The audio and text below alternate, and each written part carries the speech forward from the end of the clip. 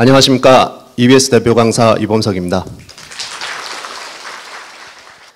네, 오늘 대구, 제가 이제 지방을 많이 다니면서 강의를 하고 있는데 이 대구에서 강의를 한다는 소식을 듣고 사실은 좀 이렇게 마음에 기대와 설렘이 있었습니다. 왜냐하면은 이제 이 지역이 우리나라 교육의 수도로 제가 들었는데 맞나요? 네, 정말 이 학부모님들과 학생들의 열기, 그뿐만이 아니라 선생님들과 이 교육청, 학생들을 지원해 주시는 분들의 열기도 제가 대단한 것을 느낍니다. 대구에 올 때마다 여기는 정말 뜨겁구나, 이런 생각을 하게 되는데, 강의도 오전에 이렇게 잡혔더라고요. 그래서 오전에 사실 시작 시간에 자리가 조금 비어 있었는데 벌써 거의 다 채우셨어요. 그래서 이렇게 오전에 적극적으로 이렇게 학부모님들이 자리를 채워주시는 경우는 정말 쉽지 않은 일인데, 역시 대단한 그런 교육의 열기가 느껴지는 것 같습니다. 꿈은 이루어진다. 지금 무슨 기간이죠? 기억나시나요? 2002년에 저 열기. 제가 저 제목을 한번 가지고 왔습니다. 오늘 한번 꿈을 향해서 같이 꿈을 꾸는 시간을 가져보도록 하겠습니다. 사진 잘 나왔죠? 예, 과학기술이 이렇게 발전하고 있습니다. 그래서 저도 뭐 앞에 송기택 선생님 좀 흉내내서 이렇게 깔끔하게 좀 하고 오려고 와봤는데 사진은 아직 따라가지 못하는 것 같습니다. 제가 이제 이런 질문들을 좀 가져왔어요. 학생들과 학부모님들이 가장 궁금해하시는 질문들입니다. 고3이 되면 과연 내가 이 정도의 성적으로 어느 대학을 갈 수 있을까 고민이 많으시죠. 그래서 여기에 맞게 제가 목차도 이렇게 준비를 해가지고 왔습니다. 그래서 오늘 좀 이렇게 관심 있는 부분들이 나오면은 사진도 많이 찍으시고, 그리고 또 사진을 못 찍으시다 하더라도 끝나고 나서 동영상이 또 다 탑재가 됩니다. EBSI 홈페이지에. 그래서 나중에 오셔서 또 보시면 돼요. 그래서 부담 없이 편안하게 같이 보시면 될 것 같습니다. 쉬운 것부터 시작할게요. 대입의 기초 다 아시죠? 네, 워낙에 뜨겁게 열기가 이렇게 뜨거운 도시이기 때문에 너무 쉬운 부분이라고 생각해요. 얼른 넘어가도록 하겠습니다. 수시의 전형의 종류는 몇 개일까요? 수시의 전형의 종류 3,000개라고 하던데 그 정도는 아닌 건 아시죠 이제? 예, 물론 대학별의 종류나 개수를 다 따지면 그렇게 될 수도 있습니다. 그런데 실제로 전형을 분류해보면 수시는 4개의 전형밖에 되지 않습니다. 그리고 정시는 몇 개죠? 보시다시피 2개 밖에 되지 않죠. 그래서 이 전형들 중에 학생들이 지원을 하게 되는 거예요. 저 중에 골라서 지원을 하시면 되는 거죠. 그래서 우리 아이는 과연 어떤 전형으로 몇 장의 원서를 쓰게 될까? 원서가 몇 장인지 알아야 돼요. 아시죠? 수시의 원서는 몇 장이죠? 6장입니다. 6장 중에 저 중에 골라서 쓰시면 되는 거예요. 그러니까 어떤 전형은 2장 이상 이렇게 지원을 하게 되겠네요. 정시의 원서 개수는 3장입니다. 가군, 나군, 다군 1장씩 쓰시면 되는 거예요. 자, 근데 여기 지금 재학생들의 학부모님들이시죠? 한번 손 한번 들어볼까요? 우리 고3 학생 학부모님. 네. 고3 학생도 있나요? 학생? 아까 저기 있었던 것 같은데. 학생들 화이팅. 화이팅. 오늘 제가 기를 뿜어 넣어 드리겠습니다. 원서를 정시에 3장 쓰는데 우리 재학생들은 가급적이면 6장 안에서 끝내면은 좋지 않을까요? 예, 뭐 이런 제안을 드리면서 시작하겠습니다. 수시의 비율은 정시 비율과는 비교가 되지 않죠. 수시의 비율이 저렇게 높기 때문에 작년에 비해서 2.5%나 상승을 했어요. 그리고 내년도 입시도 역시 더 상승을 하고 있죠. 그래서 수시가 지금 저렇게 많이 선발하기 때문에 수시를 버리고 정시로 간다는 것은 일단 확률적으로 그렇게 지혜로운 선택이 되지 않을 수 있습니다. 지금 보면 수시가 저렇게 많은데 그 중에서도 학생부 전형이 대부분이구나 라는 것을 아실 수 있어요. 그 중에서도 교과 전형이 많고 종합 전형, 그리고 우리가 논술 전형, 이미 사실 학생들 중에는 아마 있을 거예요. 엄마, 나는 논술에 올인할 거야. 그러니까는 난 말 시키지 마. 난 무조건 논술이야. 이런 학생들이 있을 텐데 실제로는 많이 선발하지 않는다는 거죠. 다 알고 계시죠. 경쟁률이 100대 1 이상으로 치솟는 경우가 굉장히 많습니다. 실질 경쟁률은 물론 좀 떨어질 수 있지만 그조차도 만만치는 않아요. 그리고 실기 전형이라고 하는데 주로 특기자 전형을 이야기하죠. 그래서 주로 상위권 대학, 그죠? 상위권 대학에서 주로 선발하는데 역시 많지는 않습니다. 그래서 대부분은 학생부 전형으로 대학을 가게 되어 있구나 이렇게 아시면 되는 거고요. 정시는 뭐니 해도 수능 전형이 20% 이상 차지를 하고 있습니다. 실기는 요 정도. 그래서 정시는 다 수능 전형이구나 이렇게 생각하시면 되는데, 자, 비율은 이렇게 나와 있지만 사실은 수시에서 76.2%를 다 뽑을까요? 다 뽑을 수 없죠. 예, 다 뽑을 수 없습니다. 그래서 2월 되는 인원이 생겨요. 왜냐하면 충원 합격을 계속 전화를 돌리다가 기간이 마감이 되면 더 이상 선발할 수가 없습니다. 그래서 일부 인원이 이쪽으로 넘어오게 돼요. 그래서 약 한 65%에서 70% 정도가 수시에서 선발이 되고 나머지는 정시로 2월에서 넘어오는구나. 그래서 정시가 그냥 단순히 20%라고만 또 생각을 할 것이 아니라 20% 이상이 충분히 될 수 있구나. 대학에 따라서 다 다르겠죠.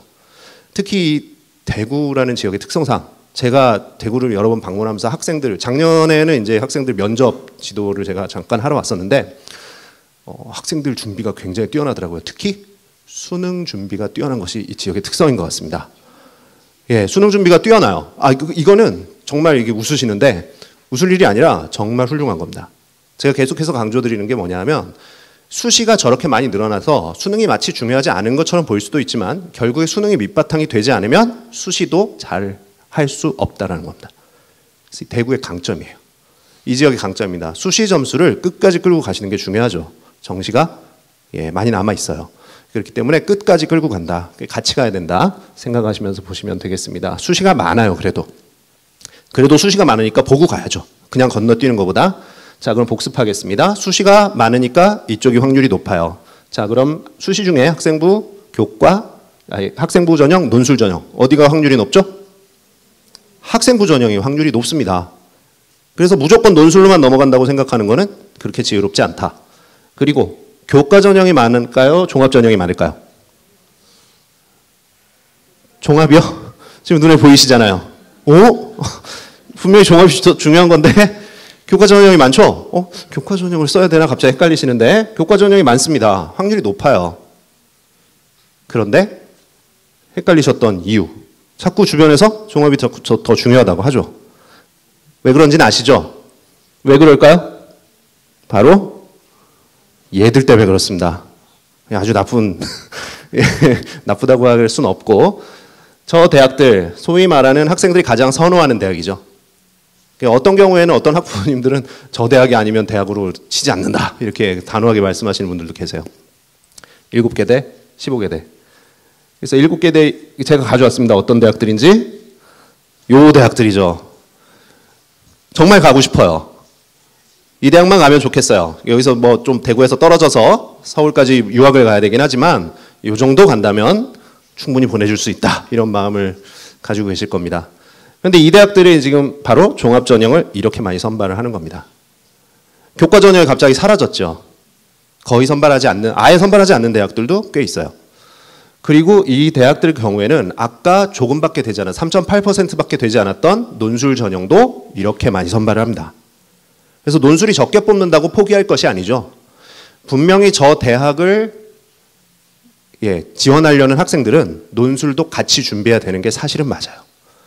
그래서 종합전형, 논술전형 이 두 가지를 주력으로 생각하는 게 맞죠. 그러나 저 대학이 내가 지원하려고 하는 대학이 아니거나 또는 저 대학들에 지원할 수 있는 성적과는 좀 거리가 멀거나 지원하고 싶지만 거리가 멀거나 한 경우에는 굳이 이렇게 준비를 하지 않으셔도 된다는 겁니다. 물론 고3이라서 이제 준비를 거의 다 해오셨겠지만 마지막에 전략이 중요하죠. 준비를 어떻게 해왔든 원서를 쓰는 게 중요한 거예요. 이제 원서 써야죠. 곧 원서 씁니다. 그래서 이 부분들을 오늘 다시 한번 확인하고 가시면 좋을 것 같습니다. 특기자 전형. 연대에서 주로 많이 선발합니다. 그래서 저 위에 비율이 저렇게 올라가요. 특기자 전형도 최상위권 대학에서는 이렇게 많이 선발을 한다. 그러나 실망하실 필요 없어요. 우리 아이는 종합전형이나 논술 전형은 준비가 좀 덜 돼 있는 것 같은데 서울 소재대학의 대부분의 대학들은 교과 전형이 훨씬 많습니다. 그리고 지역 국립대 여기 대구에는 경북대학교죠. 경북대학교 이렇게 많이 선발합니다. 교과 전형으로. 그래서 교과만 가지고도 지원할 수 있는 대학들이 많이 있다. 너무 걱정하지 마시고요. 선택을 하시면 되는 거예요. 선택의 문제입니다. 그래서 교대에 지원하려는 학생들이 있을 수 있습니다. 여기 지금 여학생도 와 있는데 여학생들 경우에도 많고 요즘엔 남학생도 많아요. 그래서 교대에 지원하려고 하는 학생들의 경우에는 주로 종합전형과 이건 무슨 전형일까요? 정시 전형이죠. 예, 이 두 가지로 지원을 주로 하게 되는 겁니다. 정시 전형이 꽤 많아요, 교대. 그래서 자신이 지원하려는 대학의 그런 수준, 위치, 그리고 어떤 자신의 희망 이런 부분들에 따라서 지원하는 전형의 전략은 달라져야 된다는 거죠. 무조건 종합 전형 좋다고 그냥 학교 활동 무조건 많이 하고 이런 거 아니라는 거예요. 그래서 전략에 맞게 위치와 눈높이를 맞춰야 될 필요가 있다. 그리고 전국적으로 봤을 땐 역시 여전히 교과 전형이 많아요. 그래서 이런 부분들의 확률도 생각하시면서 지원 전략을 수립하셔야 된다는 말씀입니다. 네, 이 부분은 서울시 교육청에서 한 4년 전에 3월 모평을 본 고3 아이들이 수능 때까지 성적을 어떻게 유지하는가를 추적 조사를 해본 결과예요. 평균입니다, 평균. 모든 학생이 저렇게 떨어진다는 건 아니에요. 오르는 아이들도 있어요. 과목에 따라서 한 5%에서 15% 정도는 오르기도 합니다. 그러나 대부분의 학생의 평균은 이렇게 수능 때까지 가면 3월 모평 성적이 이렇게 유지가 쉽지 않다. 논술 정시에 올인할까요? 논술 최저학력 기준도 맞춰야 되고 정시는 그야말로 저걸로 싸워야 돼요. 그래서 나는 지금 내신이 내신이 안 되니까 나 무조건 정시에 올인할 거야. 수능 때는 무조건 올릴 거니까 걱정하지 마. 예, 걱정이 되죠. 걱정을 해야 돼요. 왜냐하면 입시라는 것은 꿈과 희망을 가지고 도전을 하지만 지원을 할 때는 철저하게 뭘 가지고 지원하셔야죠? 현실적인 눈을 가지고 지원을 하셔야 돼요. 이 감각이 없으면은 실패하는 겁니다. 그때 입시는 현실이에요. 그래서 현실적인 부분을 이해하고 하셔야 된다는 거죠. 꿈을 꺾으라는 얘기가 아닙니다. 눈높이를 조금만 맞추시라는 거예요. 그래서 이 부분들 정시 전형의 졸업생 합격자 비율. 제가 작년에 서울에 있는 아까 그 7개 대학 중에 한 대학에 가서 입학사정관님께 여쭤봤어요. 정시에 합격한 학생들 중에 재학생과 졸업생의 비율이 어떻게 됩니까? 졸업생의 비율이 얼마입니까? 70% 이상이라고 말씀을 하시더라고요. 올해 고려대학교에서 학교에서 발표를 했는데 정시 졸업생 합격자 비율이 62%였고요. 그래서 이건 졸업생들의 리그라는 것을 이해를 하셔야 된다는 거죠. 물론 재학생이 안 되는 건 아니에요. 그러나 확률이 많이 떨어진다. 수능 전형의 강점을 가진 대구 지역에서는 참 굉장히 가슴 아픈 이야기지만 그러나 걱정하지 마세요. 수능이 받쳐주면 수시에서도 해볼 만한 여지가 많이 생깁니다. 학생부 종합전형 희망을 드려야죠. 종합전형에서는 그럼 재학생의 합격자 비율이 어떨까요? 이거는 작년에 이제 겨울방학 동안 제가 각 대학 연수를 돌아다니면서 다 여쭤봤어요. 그랬더니 전부 다 공통적으로 굉장히 높은 비율을 차지했습니다. 몇 퍼센트 이상? 거의 다 90% 이상입니다. 이거는 재학생들의 리그입니다. 반대로 졸업생들한테는 역시 또 쉽지 않다는 거죠. 그래서 지금의 구조예요. 입시의 구조를 이해를 하고 지원을 하셔야 된다는 겁니다. 재학생은 수시가 유리하고 졸업생은 정시가 유리한 것이 현재 입시의 구조입니다. 올해 유난히 작년하고 입시가 거의 변한 게 없어요. 정말 그 우리나라 유사 이래 가장 안정적인 큰 변화 없이 입시를 치르게 되는 해가 올해입니다. 그래서 이 구조 그대로 간다. 이렇게 이해를 하고 계시면 되는 거죠. 자, 이런 질문들에 이제 답을 해보도록 하겠습니다. 성적으로 이제 어디 갈 수 있는지. 이제 6월 모평 성적표가 나오고요. 그리고 이제 기말고사가 있을 겁니다. 그리고 나면 학생들이 이제 성적이 거의 다 정리가 돼요. 그럼 이제 원서를 쓰는 상담을 하게 되죠. 그럼 이 상담을 어떻게 할지, 6장의 원서는 어떻게 작성을 할지 같이 모의로 한번 해보도록 하겠습니다. 같이 가보시죠. 일단 요게 말씀드린 일정이에요. 학생들 이미 여기까지는 왔죠. 6월 모평 다 치렀습니다. 그리고 아마 이번 주에 성적표가 나올 겁니다. 3주 정도 후에 나오죠. 3주 정도 됐어요. 근데 이번 주에 성적표를 받아보시면 너무 충격받지 마세요. 조금 놀라실 겁니다. 왜냐하면은 수도 없이 학부모님들을 만나고 학생들을 만나서 상담을 하지만 6월 모평 이후에 이제 수시 지원하는 상담을 해요. 이게 서울시 교육청에서도 하고 각 지역에서 상담을 합니다. 제가 나가서 학생들 상담하면 거의 100% 학부모님들이 상담을 하러 딱 앉으시자마자 성적표를 못 꺼내요. 가방 깊숙한 곳에 넣어두시고 하시는 말씀이 한숨부터 일단 한번 푹 쉬십니다. 우리 아이가 잘했는데 하필 이번 시험에서 망쳤어요. 그래서 쭈뼛쭈뼛 하면서 성적표를 꺼내야 되나 말아야 되나. 괜찮아요, 어머님. 꺼내보세요. 그러면서 꺼내보세요. 그래서 꺼내시면서 이제 계속 말씀을 하시죠. 지금까지 국어, 수학, 영어, 탐구 중에 제일 잘 받았던 등급만 기억하고 계시죠. 하나의 시험이 아니라 각 시험에서 제일 잘 받았던 등급만 쭉 나열을 하십니다. 원래는 이 성적인데, 그러면서 이렇게 내모시면, 제가 말씀을 드리죠. 어머니 실망스러우시겠지만, 이게 학생의 성적입니다. 놀라실 겁니다. 조금 준비를 하세요. 마음의 준비를 하시고, 그렇다고 해서 오르지 말란 법은 없어요. 분명히 남아있는 기간 동안 올릴 수 있는 여지가 있습니다. 그 부분 이따가 뒤에서 좀 말씀드리고요. 그래서 이 6월 모평을 보고 나서 이제 9월 모평이 있어요. 이제 여기서는 올려야겠다라는 다짐을 하죠. 그러나 아까 구조 보셨죠? 그렇게 만만하지 않습니다. 그러나 열심히 해야 돼요. 그리고 수시 접수를 하게 되죠. 근데 6월 모평 성적이 나름 중요한 이유가 있어요. 9월 모평이 뒤에 보는 거라 더 중요할 것처럼 보이지만 날짜를 잘 보시면 9월 14일 날 원서를 다 마감합니다. 그런데 9월 모평을 보는 날은 9일 전이에요. 성적표가 안 나와요. 그래서 마지막으로 볼 수 있는 성적표는 6월 성적표인 거죠. 그래서 6월, 물론 7월에 모평, 학평 봅니다. 학평 보는데 그거는 이제 기말고사 기간에 껴서 학생들이 거의 포기하는 경우가 많아요. 정상적인 성적이 나오지 않죠. 그래서 9월 모평을 보지만 그때 물론 이제 기본적인 분석은 할 수 있습니다. 9일 정도 가지고 등급 컷 같은 것들을 예상하면서 할 수는 있지만 6월 모평 성적표가 나름의 기준이 돼요. 그래서 이거를 좀 받아들이실 수 있어야 돼요. 어느 정도 받아들이셔야 됩니다. 그래서 이 부분들 말씀드렸고, 그래서 이제 상담을 6장 원서를 쓸 때 이 3가지를 가지고 원서를 쓰는 겁니다. 그래서 이 3가지는 모평 성적, 그리고 내신 등급. 이제 1학기 내신 등급이 끝나면 전체 내신이 나오죠. 그 등급을 봅니다. 그리고 비교과. 학생이 학교에서 활동을 얼만큼 많이 했는지 텍스트를 읽는 거예요. 학생부를 가지고. 그 부분을 가지고 모든 6장의 원서, 전형의 종류, 대학의 위치, 내가 가고 싶은 학과, 이런 모든 것들을 종합해서 판단해서 6장의 원서를 결정하는 겁니다. 각각 어떤 것들을 판단을 하게 되는지 이렇게 정리를 해드릴 수가 있어요. 모평은요, 정시 점수로 그대로 연결이 됩니다. 수능 점수잖아요. 수능 점수가 거의 그대로 간다고 보시면 돼요. 유지하면은 참 잘하는 거죠.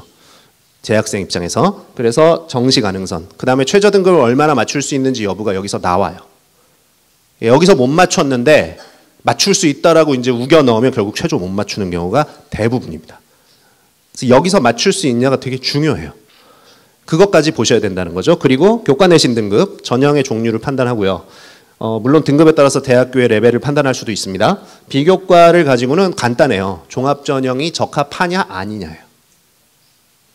그러나 종합전형이라고 해서 아까 나왔던 최상위 15개 대학들, 거기는 종합전형 정말 뛰어나야 됩니다. 그러나 나머지 대학들은 그렇지 않을 수도 있어요. 정말 아주 뛰어난, 정말 모든 것이 완벽한 이런 학생부가 아니어도 될 수 있다는 거죠. 이 학생이 정말 특출난 뭔가가 있어도 도전할 수 있는 여지가 있어요. 특히 서울이 아닌 지역의 대학들은 충분히 종합전형 한두 가지만을 가지고도 뭔가 포인트를 이 학생의 열정과 도전 정신을 잘 읽어낼 수 있다면 도전할 수 있는 여지가 충분합니다. 왜냐하면 교과 전형도 그렇게 높지 않아요. 종합 전형은 하물며 적절한 활동만 있으면 도전할 수 있는 여지가 있기 때문에 너무 쫄지 말고 잘 선택을 하시면 된다는 겁니다. 그리고 나서 이제 6장 원서를 쓸 때 이 지원 하한선을 결정을 하게 되고요. 수시 원서를 쓸 때 하한선의 기준이 되는 것은 모평 성적이에요. 왜 그런지 보여드릴게요. 그리고 나머지 내용을 가지고 지원의 상한선을 결정을 하게 됩니다. 그럼 이제 6장의 원서를 쓰러 가보실까요? 6장의 원서가 있습니다. 6장의 원서는 전략적으로 써야죠. 가장 기본적인 전략은 6장을 다 한 군데 몰아넣는 것이 아니죠. 잘 분산을 시키는 게 중요해요. 그러면 기본적으로 어떻게 분산을 시키냐? 이렇게 3가지입니다. 네, 3가지. 저 3가지 중에 중요한 구간이 있어요. 어떤 게 제일 중요할까요? 상향이 중요할까요? 적정, 안정, 어떤 게 중요할까요? 대박이 나는 경우가 있죠. 우와 대박이야. 정말 이게 어떤 걸까요? 어떻게 되면 6장 중에 다 떨어지고 1번이나 2번 한 개만 붙으면 돼요. 다 떨어져도 돼요. 1번이나 2번 중에 한 개만 붙으면 네, 뭐 세상을 다 얻은 것 같죠. 그런데 대부분의 학생이 그렇게 되는 경우가 없죠. 그거는 정말 로또 맞은 것 같아요. 우리 주변에 누군가는 매주 로또를 맞고 있습니다. 그게 내가 아닐 뿐이에요. 그렇죠? 그러나 내가 뭐 주변에서 로또를 누군가 맞는다 그래서 내가 사서 무조건 맞는다라고 믿으신다면 그거는 그렇게 믿으시면 안 되죠. 그거고요.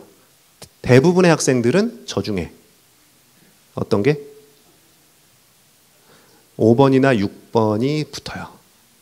1, 2, 3, 4가 되는 경우가 쉽지가 않습니다. 그래서 5번, 6번 중에 한두 장이 붙는 경우가 대다수입니다. 그렇기 때문에 어떤 게 중요할까요? 저 구간에서 어떤 걸 잘 써야 될까요? 심혈을 기울여서 써야 되는 원서는 5번, 6번 원서입니다. 그래서 하한선이 중요해요.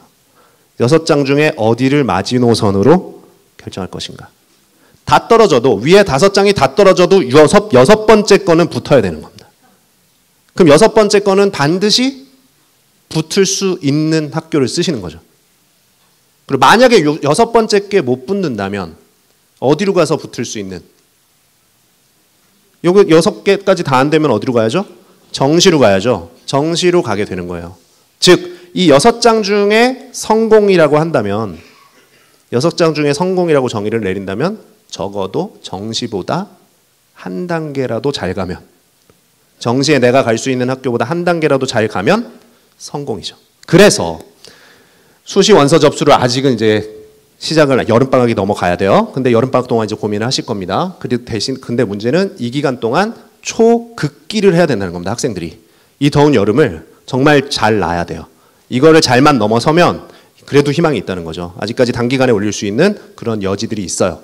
그래서 이런 부분들 모평 그리고 내신은 이제 끝났으니까요. 여름에 모평 준비 그 다음에 이제 종합전형에 도전해야 될 친구들은 자소서 준비 이런 것들을 골고루 좀 같이 해나갈 수 있도록 해나가면 좋겠습니다. 그리고 나면은 이제 11월에 수능을 보고요. 수능을 보고 그리고 수시 최초 추가 합격까지 하고 나면 이제 여기까지 6장의 원서가 다 안 된 학생들은 정시로 가서 정시 접수를 내년에 방학도 못 하고 이때 나와가지고 담임 선생님하고 이제 써야 됩니다. 가슴 아프게. 그러나 가능하면 여기서 좀 끝냈으면 좋겠다라는 희망을 가지시고, 즉 무조건 난 정시로 갈 거야라고 생각을 하지 마시고 수시에도 한번 도전할 여지가 있는지를 반드시 체크를 해보셔야 돼요. 내신이 아무리 좀 낮더라도 수시에 그래도 내가 해볼 수 있는 여지의 대학들이 있을까를 적극적으로 파악을 하셔야 된다는 거죠. 가능하면 수시에 가시는 게 여러 가지 면에서 확률이 훨씬 더 높습니다. 재학생은 그렇습니다. 시스템이 그래요. 이 100분위의 위치에 따라서 정시에 지원이 가능할 거라 여겨지는 대학을 대략 살펴본 겁니다. 대략 살펴봤어요. 왜냐하면 정시의 반영 비율이나 대학별 여러 가지 조건에 따라서 그리고 학과 그 수준에 따라서 훨씬 많이 넓어집니다. 저 범위는. 그러나 대략. 그래서 대략만 보시면 돼요. 아, 우리 아이 100분위. 근데 100분위가 몇인지 몰라서 잘 모르시겠죠? 그래서 제가 등급으로 국수, 영탐 4개의 등급을 평균을 내시면 대략 이 정도. 1111이 나온다. 아, 정시에 이 정도 지원해 볼 수 있겠구나. 2222 나온다. 평균 2등급 정도 나온다. 요 정도 지원해 볼 수 있겠구나. 그 다음에 평균 3등급 정도. 굳이 뭐 여기서 뭐 서울로 굳이 다 올라가야 되는 건 아니지만 뭐 서울권으로 봤을 때는 3.0 정도로 봅니다. 모평 성적 3.0 정도면 그래도 서울권으로 지원할 수 있지 않겠나. 그러나 여기서 이제 올라가려면 여기서 올라갈 정도가 되려면 최소한 2등급 정도는 돼야 정시에 지원할 수 있겠구나. 이렇게 보시면 되는 거죠. 그리고 너무 걱정하지 마세요. 우리 아이는 지금 등급이 좀 낮은데 제가 이 밑에 여기 위에 써 있는 대학보다 밑에 아직 안 써 있는 대학이 훨씬 많습니다. 굉장히 많아요. 요즘에 제가 요거 표시했잖아요. 여기 밑에는 이게 칸이 없어서 제가 다 담지 못했을 뿐이에요. 너무 걱정하지 마세요. 대학 많습니다. 좋은 대학도 많아요. 정말. 그래서 희망을 가지시고 보시면 되겠습니다. 노란색으로 표시한 건 이쪽 지역 대학들이죠. 그래서 정시에 요 정도. 문과였습니다. 그리고 자연계열 비슷해요. 자연계열. 자연계열 학부모님들이 훨씬 많으신 것 같아요. 1, 2, 3, 4 이렇게 구분해서 보시면 되겠습니다. 계속 말씀드리지만 대략입니다. 대략. 그냥 보기 편하시라고 그냥 이렇게 구분만 살짝 해본 거예요. 구체적인 거는 이제 정시에 가서 많이 달라질 수 있어요. 자, 그래서 이제 보시면 이 6가지 경우 중에 이제 원서를 쓰게 될 거예요. 수시 원서를 쓰는 중에 6장을 저렇게 써야 된다는 이야기가 아니라 학생들의 패턴에 따라서, 성적의 패턴에 따라서 저 중에 하나가 될 겁니다. 그럼 우리 아이는 어느 패턴이 될 것인가? 제가 그냥 보식 편하라고 6개를 아예 쭉쭉 이렇게 나왔습니다. 그런데 크게 2개로 나눠볼 수가 있어요. 크게 2개로 나눠보면 여기는 내신이 수능보다 더 좋은 학생, 반대로 그 밑에는 수능이 내신보다 좋은 학생들이죠. 2개 패턴으로만 보겠습니다. 여기는 내신이 상대적으로 더 좋은 학생들은 당연히 학생부 전형을 주로 지원을 하게 될 겁니다. 이것이 유리하죠. 그리고 반대로 수능이 더 좋은 학생들은 어떤 전형으로? 논술이나 정시로 주로 지원을 하게 될 거예요. 아, 그렇구나. 근데 이 2가지 경우에 공통점이 있어요. 이 2가지 경우에도 대학에 합격할 확률과 그리고 내가 좀 더 원하는 대학에 쉽게 갈 수 있는 확률의 공통적인 특징이 있죠. 바로 최저 등급을 맞추는 겁니다. 최저 등급을 맞추는 경우에는 좀 더 경쟁률이 줄어들고요. 많이 줄어들죠. 그리고 내가 좀 더 원하는 대학, 지금 보시면 보다 상위권 대학에 지원할 수 있는 여지가 많아져요. 좀 더 낮은 내신을 가지고도 최저만 맞추면 도전할 수 있는 여지가 생기죠. 그래서 역시 수능을 끝까지 가져가는 것이, 최저 등급을 맞추려고 노력하는 것이 중요하다. 어떤 경우에도. 이것을 잊으시면 안 돼요. 그래서 수능 전략적으로 가져가셔야 된다라는 거 좀 기억하시면 되겠고, 이건 각각의 전형의 특징이에요. 간단하죠. 요 위에 있는 2개의 전형은 학생부가 당연히 좋은 학생들이 쓰는 거고요. 그중에서 비교과 준비가 좀 덜 됐으면 교과 전형 가는 거고, 비교과 준비가 어느 정도 좀 됐다 한다면 종합 전형으로 가는 거겠죠. 그리고 밑에는 당연히 무엇이 우수한 학생들이 우선적으로 봐야 될, 수능이 우수한 학생들이 좀 더 집중해서 봐야 될 전형들입니다. 논술 같은 경우에는 최저 등급을 맞춰야 되는 경우가 많기 때문에, 그리고 꽤 높습니다. 그래서 역시 수능과 좀 뗄래야 뗄 수 없는 연관관계를 가지고 있고요. 정시 전형이야 뭐 말할 것도 없죠. 수능 100% 전형이니까요. 그래서 각각의 전형의 특징, 이렇게 집에 가서 한 번씩 읽어보시면 더 좋을 것 같아요. 뒤에 있는 설명이 또 많이 남아서 얼른 가보도록 하겠습니다. 이 교과 전형 사례인데요. 교과 전형 지금 제가 가져온 거는, 요거는 이제 올해 전형 계획이에요. 여기 있는 인원들은, 모집 인원은 문이과를 다 합친 인원입니다. 제가 나눠놓지는 않았어요. 그런데 올해 수능 최저가 저렇게 걸려 있네요. 특히 이제 교과 전형만 지금 제가 썼는데, 교과 전형의 경우에는 이제 보통 이 대구 지역에서는 건대 정도를 고민하시는 것 같더라고요. 건대 정도 가면은 서울로 올라갈까 말까, 아니면 여기 남을까, 뭐 그 정도. 근데 이제 건대는 교과 전형이 없죠. 그래서 그 이상의 대학에서 교과 전형이 있는 대표적인 대학들이 이 3개의 대학입니다. 그래서 올해 이렇게 뽑고 있고요. 수능 최저가 걸려 있죠. 한양대는 뭐 대표적으로 최저가 없는, 모든 전형에 최저가 없는 대학이고요. 그런데 이제 중앙대나 시립대는 최저 등급이 걸려 있습니다. 그리고 이 지역 대학들의 경우에는 거의 최저가 걸려 있다고 보시면 돼요. 다만 이 대구대 같은 경우는 올해 최저를 완화시켰어요. 많이 없애기도 하고. 그래서 이런 부분 참고해서 보시면 되겠고, 이쪽에 있는 내용은 작년 성적이에요. 어떤 거는 평균이고요. 컷이라고 써 있는 건 커트라인입니다. 그래서 희망적이죠. 여기 보시면은 커트라인이 5.9등급도 있어요. 최저 등급도 뭐 그렇게 여기 뭐 없습니다. 작년에 최저 등급도 없었어요. 면접만 좀 잘 보면 6등급 학생도 그냥 들어갈 수 있는 거죠. 기회가 있습니다. 그러니까 대학 뭐 너무 성적이 떨어진다고 너무, 물론 이제 뭐 거기 원하지 않는데 다른 대학들도 또 있어요. 그러니까 요 대학만 있는 것들이 아니니까 적극적으로 알아만 보시면 쉽게 찾으실 수 있습니다. 그래서 이러한 최저 등급 그리고 이러한 평균 성적을 가지면 교과 전형으로 지원이 가능하구나. 자연 계열입니다. 요거는 이제 올해 모집하는 전형 방식이고요. 그리고 요거는 작년의 성적 또는 평균 커트라인, 이렇게 보시면 되겠죠. 그리고 요 부분은 이제 특히 여기 대구 지역에는 굉장히 좀 열심히 공부하는 학생들이 많기 때문에 아마 의대, 치대, 한의대 관심들이 있으실 겁니다. 그래서 제가 특히 지역인재 전형을 모아가지고 가져왔어요. 의치한. 그래서 요 모집 인원이 꽤 됩니다. 지역인재는 점점 늘어나고 있는 추세이기 때문에 이렇게 모집을 하고 있고요. 그리고 지금 보시면 교과 전형의 형태가 많아요. 교과 전형의 형태가 많기 때문에 나름 성적이 교과 성적이 우수한 학생들의 경우에는 굳이 멀리서 생각하는 것보다 이런 전형도 한번 적극적으로 한번 생각해 보실 필요가 있다. 이런 부분들을 같이 고려해 보실 필요가 있다는 거죠. 지역인재 전형은 의치안만 있는 것은 아닙니다. 다른 교과에서도 있어요. 그렇기 때문에 지역인재 전형도 적극적으로 한 번씩 살펴보실 부분이 있다라는 겁니다. 뭐 대학이 많기 때문에 모든 전형을 다 소개해 드릴 수는 없지만 이런 부분들을 참고하셔서 지금 보시면은 작년의 성적이죠. 의치한 굉장히 높은 학교들인데도 좀 여유가 있는 여기 같은 건 뭐 3.26인데 이제 작년에 논술 전형이었기 때문에 그래요. 이제 올해는 좀 달라졌죠. 그래서 이런 부분들을 좀 잘 고려하셔서 최저 등급을 뭔가 맞춘다면 조금 더 기회가 높다. 근데 문제는 최저 등급을 맞출 수 있느냐 없느냐. 6월 모평에서 최저 등급을 맞췄냐 못 맞췄느냐. 그리고 9월 모평까지 그 최저 등급을 끌고 갈 수 있고 결국 수능까지 끌고 갈 수 있느냐. 냉정한 마음으로 잘 생각을 하셔야 돼요. 종합전형 이제 마무리해야 될 시기가 됐습니다. 종합전형 준비를 꾸준히 해온 학생들이 있을 수 있어요. 그러면 이제 1학기 동안도 열심히 활동한다고 뭐 맨날 밤새고 고생했을 텐데 이제 마무리를 해야죠. 그럼 이 종합전형을 어떻게 하면 마무리하면 좋을까요? 종합전형은 기본적으로 서류 전형입니다. 이 서류평가 1단계를 대부분 통과를 해야 그 다음에 어디로 갈 수 있죠? 면접으로 갈 수 있는 겁니다. 그 뒤에 합격이 있죠. 무턱대고 면접만 먼저 준비하는 거 아니죠? 서류가 일단 잘 되어 있어야. 3가지 서류가 있어요.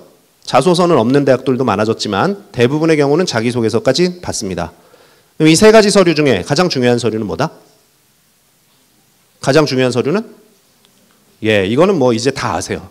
옛날에는 뭐 자소서가 중요하대 그러면서 막 고액의 막 이런 막 첨삭을 받는다 그러고 막 다니시고 그러셨는데 아닙니다. 학생부가 훨씬 중요한 서류입니다. 물론 자소서를 잘 쓰긴 해야 돼요. 자소서는 잘 쓸 필요는 없어요. 못 쓰지만 않으면 돼요. 아주 망쳐가지고 이상하게 쓰지만 않으면 됩니다. 자소서는. 그러나 학생부는 잘 써야 됩니다. 근데 학생부를 누가 쓰죠? 학생이 쓰는 게 아니에요. 학생이 쓰는 건 자소서죠. 선생님이 쓰는 게 학생부입니다. 그렇기 때문에 어떻게 하면 선생님이 잘 써주실 수 있을까를 고민하셔야죠. 잘 쓰는 게 아니라 어떻게 하면 잘 마무리를 지을 수 있을까. 아직 마무리가 안 됐습니다. 사실은 대부분의 선생님들은 정말 바빠요. 저도 이제 학교에 있지만 정말 뭐 하는 거 없이 눈코 뜰 새 없이 매일매일 저는 뭐 맨날 밤에 10시 넘어가지고 집에 들어가고 애들 얼굴도 잘 못 봅니다. 무슨 집사람이 맨날 뭐 대기업도 안 다니는데 뭐 왜 그러고 다니냐고. 그런 선생님들 많아요. 정말. 특히 고3 선생님들은 더 그러세요. 그래서 학생부 평소에 꾸준히 쓰려고 노력하지만 이제 대부분은 여름방학 때 많이 몰아가지고 쓰세요. 근데 이때 이제 마무리가 잘 돼야 되는 거죠. 마무리가. 그래서 교과와 비교과로 이루어져 있습니다. 학생부는. 교과 성적이 숫자로 들어가 있고요. 그리고 비교과가 텍스트로 들어가 있습니다. 특히 이 텍스트 영역, 이제 숫자는 어느 정도 완성이 되어 가죠. 그러나 이 텍스트 영역은 아직 많이 남았어요.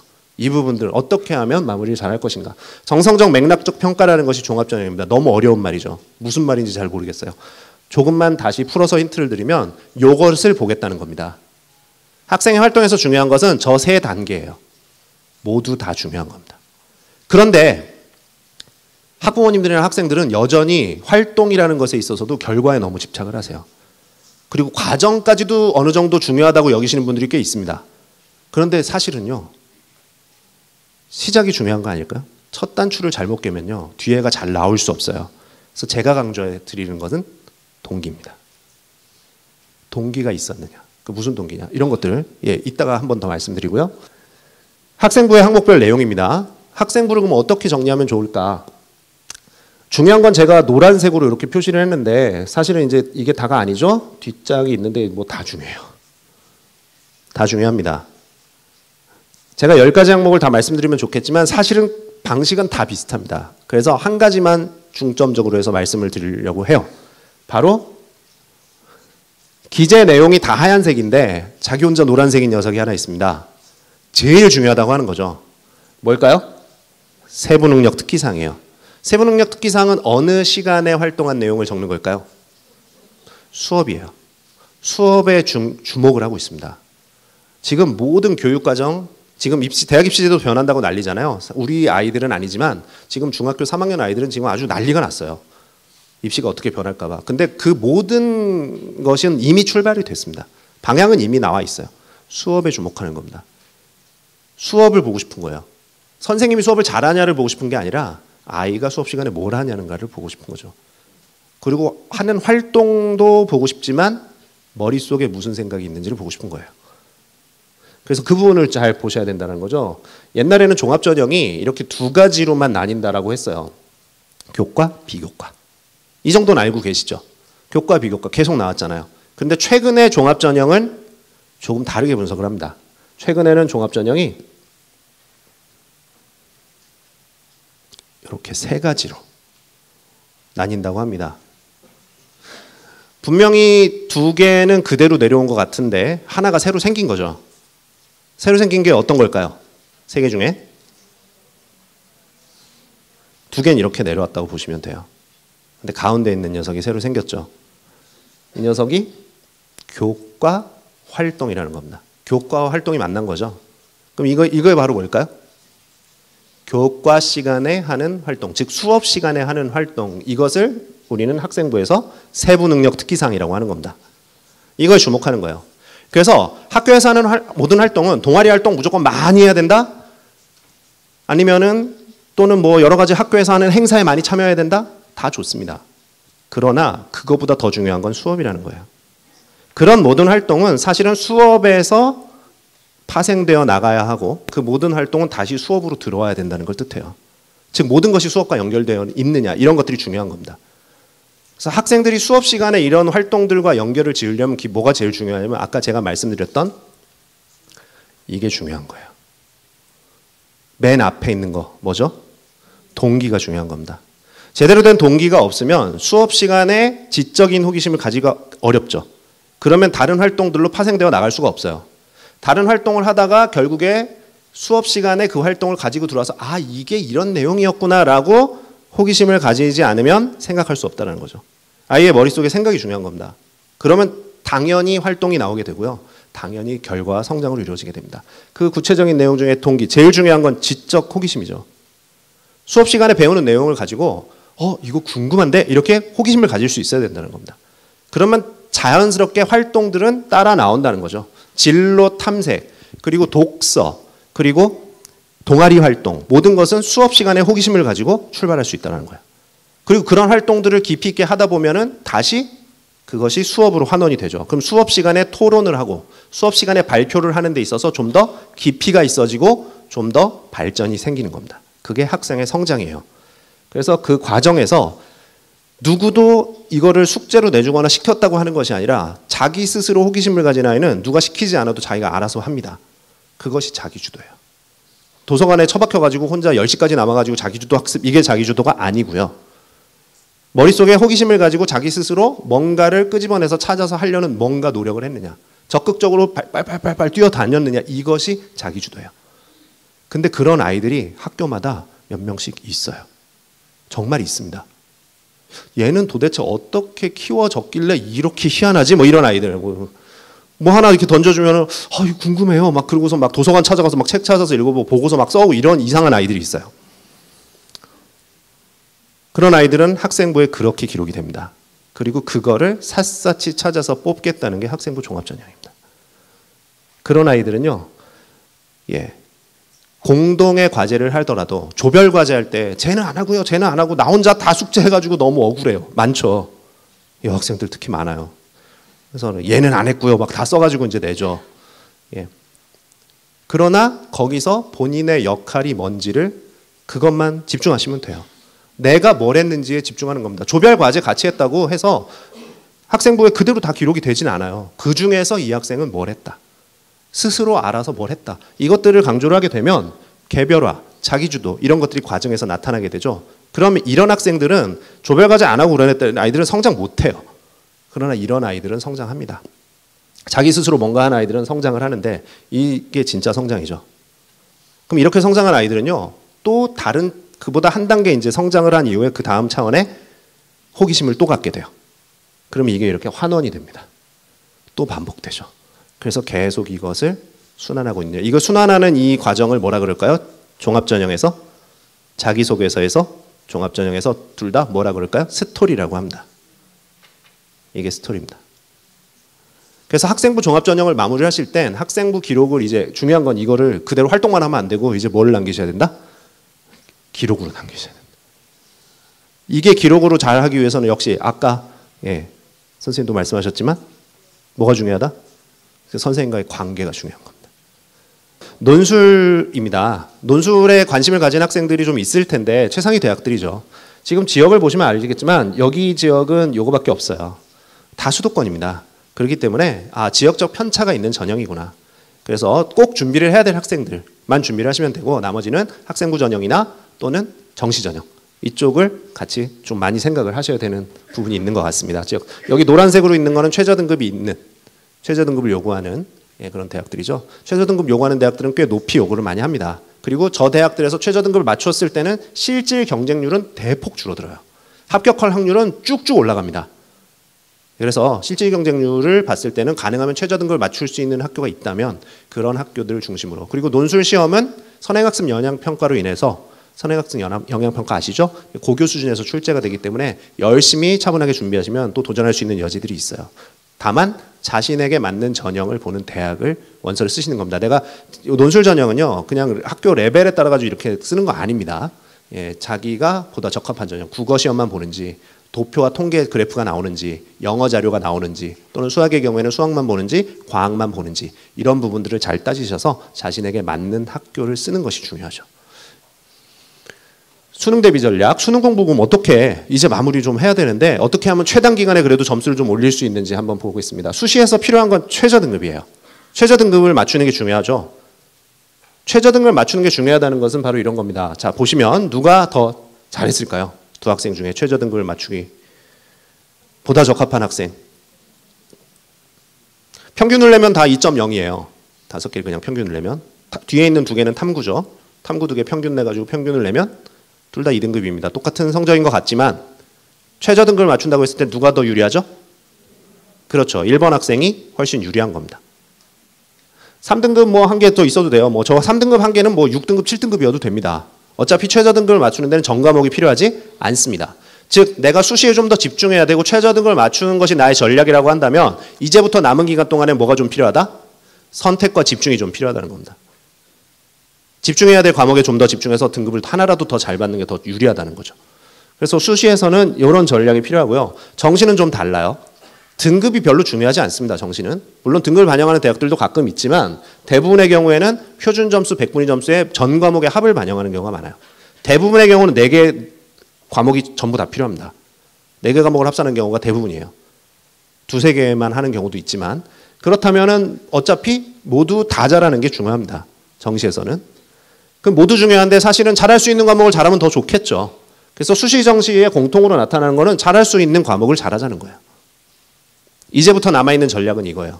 그러면은 잘할 수 있는 과목은 뭘까요? 학생들이 지금 이제 이 시간에 이제 수능을 정말 얼마 남겨놓지도 않고 이제 6월 모평까지 성적까지 나오고 있는 이 마당에 점수를 가장 마지막까지 최대한 끌어올릴 수 있는 마지막 전략 과목은 뭘까요? 국어? 국어 그래도 뭐 글자는 읽을 줄 아니까 국어?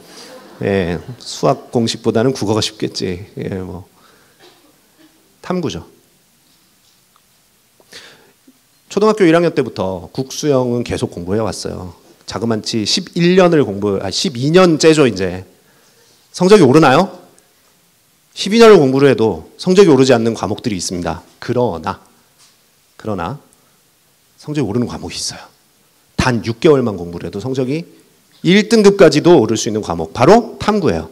제가 절대 탐구교사라서 이렇게 강조드리는 거 아닙니다. 실제 그래요. 제가 한국사죠. 제가 역사교사인데 실제로 한 6개월만 공부를 하면 뭐 제 과목의 경우에는 세계사 근현대사 아니죠. 동아시아사, 세계사 동아시아사 6개월만 공부해도 1등급을 받을 수 있어요. 사실은 제대로만 공부를 한다면. 아직 시간이 좀 있죠. 물론 이제는 내용 정리는 좀 다 되고 이제 기출문제를 들어가야 되는 타이밍이긴 해요. 하지만 조금 늦었더라도 그래도 조금이라도 더 올릴 수 있는 여지가 분명히 남아 있습니다. 이번 여름 뜨거운 여름 초극기를 해야 된다고 말씀을 드렸어요. 극기를 할 때 이 탐구를 빼놓지 않고 갈 수 있도록. 예, 이제 기출문제 풀어야 되는데 무턱대고 기출문제만 풀면 안 돼요. 내용 정리가 좀 돼야 돼요. 그래서 내용 정리가 만약에 안 됐다면 부지런히 빨리 마무리, 1학기까지 마무리해서 여름방학 땐 기출문제를 들어갈 수 있으면 좋겠습니다. 그래서 2학기 때는 실전 대비를 해서 이제 1, 2등급에 다가서는. 그래서 국수 영탐 중에 하나라도 1등급, 2등급을 만들 수 있다면 분명히 전략이 달라질 수 있습니다. 그래서 그 부분을 좀 기억하면 좋겠고요. 탐구 선택이 중요하겠죠. 이미 선택을 다 했어요. 근데 문제는 이번에 6월 모평 성적표 이번 주에 나오면 잘 오셨어요 오늘. 이거 꼭 듣고 가셔야 돼요. 6월 모평 성적표가 나오면 탐구 2개가 아직까지 엉망진창인 경우가 많거든요. 5등급, 6등급 아직 이렇게 2과목이 다 이런 경우 많아요. 그래서 고민하는 학생들이 생깁니다. 그때 갑자기 성적표를 받는 날 옆에 있는 학생이 우와 그러면서 나 1등급 받았어. 이거 정말 쉬워. 이렇게 떠드는 녀석들이 꼭 반에 한두 녀석씩 나와요. 그럼 이제 갑자기 솔깃해집니다. 아이가 성적표를 받으면서 그래? 그 과목 쉬워? 정말 쉬워. 너도 이거 해. 갑자기 바꿔요.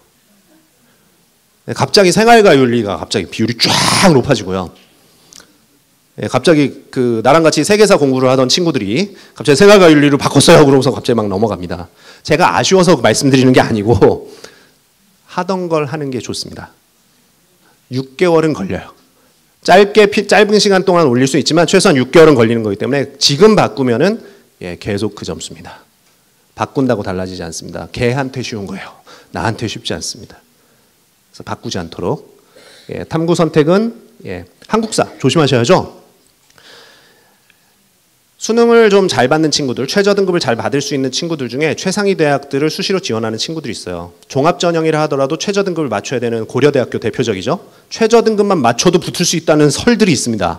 실제로 그렇지 않나라고 지금 짐작을 하고 있죠. 그래서 이 최저 등급을 맞춰야 되는데 문제는 한국사 최저가 같이 걸려 있죠. 한국사 최저가 같이 걸려 있어요. 이거 조심해야죠. 한국사 최저는 굉장히 낮던데 그거 무시를 합니다. 학부모님들도 무시하고 학생들도 무시해요. 제가 한국사라서 드릴 말씀 아니고요. 작년에 갑자기 어려워졌죠. 근데 보면은 쉬워요. 그 전에 너무 쉬워서 이것도 쉬운데 그래도 학생들이 느끼기에는 갑자기 어려워진 겁니다. 이전에는 생각을 안 하고 풀 수 있는 문제였다면 생각을 하고 풀어야 되는 문제가 나온 거죠. 그래서 1등급 비율이 절반으로 낮아졌습니다. 작년에. 1등급 비율만 낮아진 것이 아니라 최소한 4등급은 맞아줘야 되는 학생들이 5, 6, 7등급을 찍은 경우가 굉장히 많았어요. 최상위권 학생들 중에. 국수영탐 모두 다 1, 2, 1, 2, 1, 1, 1 이렇게 나오는데 한국사 갑자기 5, 6, 7 이렇게 떠버리면 최저를 못 맞춰서 실패하는 겁니다. 절대평가의 함정은 문제가 갑자기 어려워졌을 때 시험을 망칠 수 있다는 거예요. 그래서 약간 여유 있게. 한국사 전체 범위 볼 필요 없어요. 반만 맞아도 4등급이잖아요. 50점 중에 원점수 25점만 맞아도 4등급입니다. 그러니까 반만 봐도 되고요. 한 3분의 1만 봐도 됩니다. 최소한 여유는 조금 있게 맞아놓자. 조금 어려워지더라도 등급을 맞출 수 있게 조심하셔야 되고. 영어 중요할까요? 영어 중요할까요? 보겠습니다. 영어 작년에 정시전형, 이제 정시전형으로 넘어가면 영어가 특히 문제가 좀 심각해져요. 이거 작년에 위력이 엄청났죠. 가감점을 반영하는 대학이 있고요. 영어를 총점에서 가감점으로만 반영합니다. 처음엔 반영을 안 했다가 국수, 탐만 세 과목만 반영해가지고 점수를 계산한 다음에 영어는 나중에 플러스 1, 플러스 0.5, 마이너스 0.5 요것만 더하는 학교들이 있어요. 가감점을 하는 학교들이고요.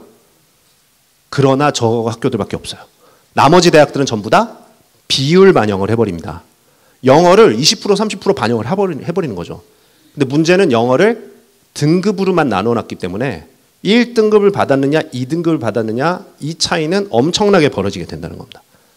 그래서 실제로 이 두 개의 대학의 사례를 제가 가져왔습니다. 서울대, 고려대, 서강대 무슨 반영 비율? 무슨 반영대학? 가감점 반영 대학입니다. 이 경우에는 영어가 거의 영향력이 없어요. 사실 영어 좀 못 봐도 된다는 거죠. 그런데 영어 좀 못 봐도 되는 대학은 이게 다예요. 즉 영어를 2등급을 받는 순간, 영어를 3등급을 받는 순간 나머지 과목을 아무리 만점을 맞아도 어디밖에 지원 못한다? 여기밖엔 지원 못해요. 그래서 그런 아이들이 여기 다 지원했어요. 무슨 결과가 나왔을까요? 여기 실제로 보시면은 다른 과목에서 0.5점 정도만 맞으면 영어 한 등급이 그냥 커버가 됩니다. 이건 뭐 그냥 국어에서 한 문제 더 맞으면 되는 거죠, 그냥. 그럼 영어를 2등급 받아도 1등급 아이보다 더 나아지는 거예요. 그러니까 영어 2등급 받아도 되죠. 뭐 까짓 거 3등급 받아도 돼요. 0.5점, 1점밖에 차이가 안 나니까. 작년에 고려대 정시 합격자 비율, 예, 이거 고려대 입학처에 가서 직접 알아온 비율입니다. 발표를 안 해줘가지고 가서 물어봤어요.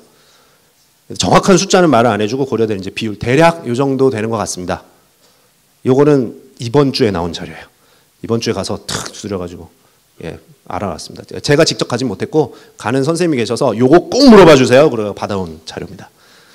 그래서 1등급이 인문계는 60% 돼요. 근데 자연계로 가면 2등급 학생이 더 많죠.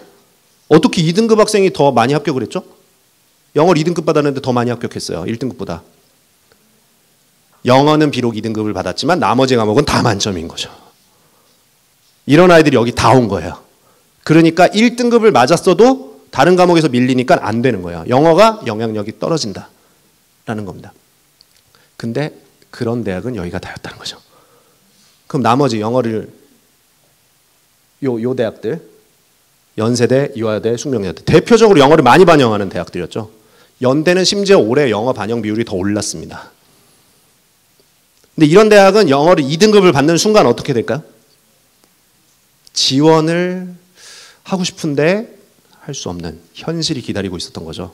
예상은 했습니다. 2등급이면 아마 다 떨어질 거야 라고 예상은 했어요. 그런데 올해 연세대는 자신들이 영어 못하는 학생들을 절대 뽑지 않겠다는 의지를 마치 엄청 크게 발표를 하거든요. 이걸 발표를 해버립니다. 숫자를. 우리 학교에 작년에 정시로 영어 2등급 받은 학생은 요게 다야. 연대가 직접 발표한 자료입니다. 안 뽑겠다는 거죠. 영어 2등급 받은 아이들 안 뽑고 인문계에서 3명밖에 못 붙었어요.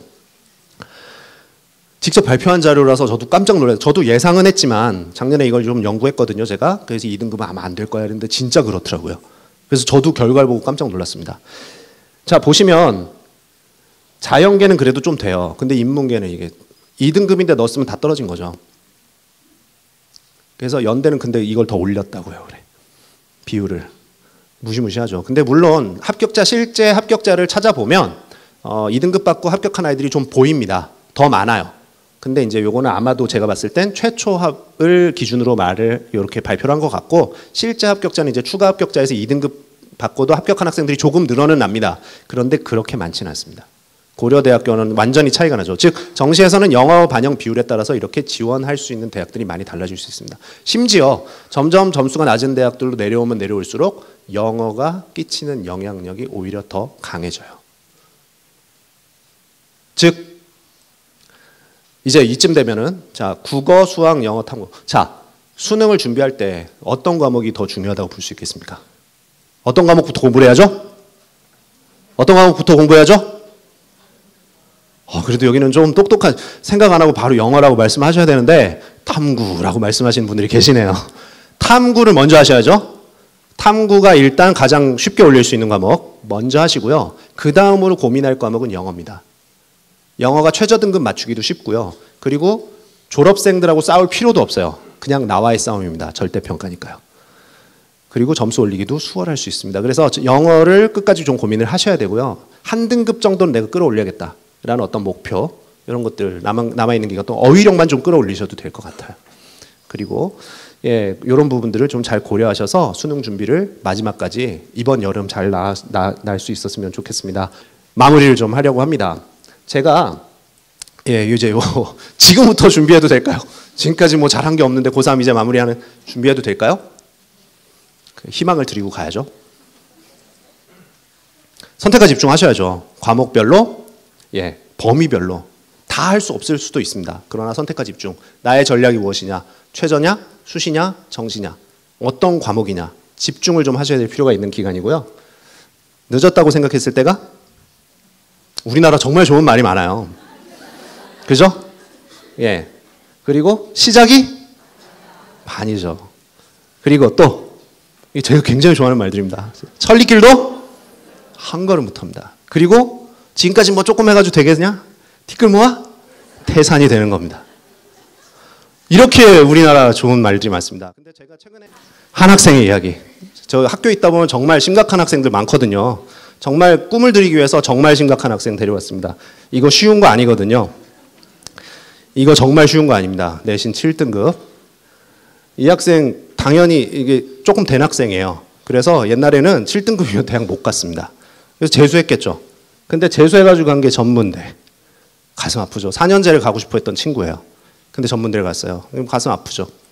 근데 이 친구가 이제 전문대 졸업하고 군대를 갔어요. 여기까지 뭐 아무 생각 없는 거죠. 예, 그냥 뭐 그냥 주어진 대로 대충 사는 거죠. 근데 이제 군대를 가가지고 이 친구가 처음으로 인정을 받았대요. 맨날 7등급이니까 얼마나 구박만 받고 살았어요. 야, 임마 똑바로 해. 뭐 그러면서 맨날 구박만 받다가 군대 가서 야, 너 좀 열심히 한다? 그러면서 인정을 받았답니다. 그래서 이걸 처음으로 깨달았대요. 군대 가서. 아, 나도 할 수 있는 인간이구나. 뭐 이렇게 깨달았답니다. 그래서 다시 도전을 하기로 했대요. 군대 갔다 와서. 그래가지고 이 친구가 다시 도전을 해가지고 논술 전형을 40대를 통과했는데 네, 놀라지 마세요. 아까 그 7개 대학 중에 하나. 예, 정말 피눈물 나게 노력을 했겠죠. 그것만이 아니죠. 뭐 여러 개 쓰는 게 원서를 여러 개 쓰는 거니까 서류 면접 전형 30대 1을 통과를 해버립니다. 역시 7개 대학 중에 하나. 예, 이렇게 돼가지고 이 친구 명문대를 입학을 하고 취업까지 잘했죠. 자, 우리나라에서는 이제 취업까지 하면 이제 부모님들이 이제 한번 놓으세요. 아, 다 키웠다. 그리고 아이들도 이제 취업 딱 하면 아유 이제 직장 왔다 갔다 뭐 대충 이렇게 살면 되지 성공한 삶이야. 그러고서 이제 끝나죠. 근데 이 친구는 자기 경험이 있다 보니까 취업이 끝이 아닌 거죠. 그래서 이 친구는 새로운 목표를 또 세우고 다시 도전을 하기로 했답니다. 이 친구 직업이 뭐였을까요? 뭔데 도대체 다시 도전을 하죠? 직장을 가졌는데 더 좋은 직장? 이 친구는 교사가 됐어요. 교사가 된 거예요. 7등급 받은 애가 교사가 된 거예요. 이게 얼마나 놀랍습니까?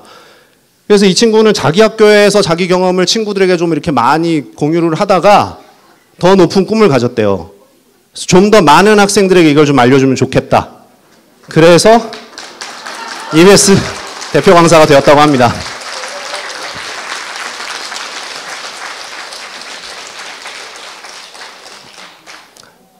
학생들은 아직 때가 오지 않았을 뿐이지 누구에게나 기회가 있는 그런 꿈나무라고 생각을 합니다. 정말 뭐 발췌된 책이 별로 그렇게 좋은 책은 아니지만 그래도 구절이 좋아서 제가 가져왔습니다. 그래서 누구에게나 꽃이 피는 계절이 따로 있다고 생각을 하고요. 예, 학생 여러분들 무엇이든지 될 수 있습니다. 부모님들 많이 격려해 주시고 예, 오늘 제 설명회는 여기서 마치도록 하겠습니다. 감사합니다.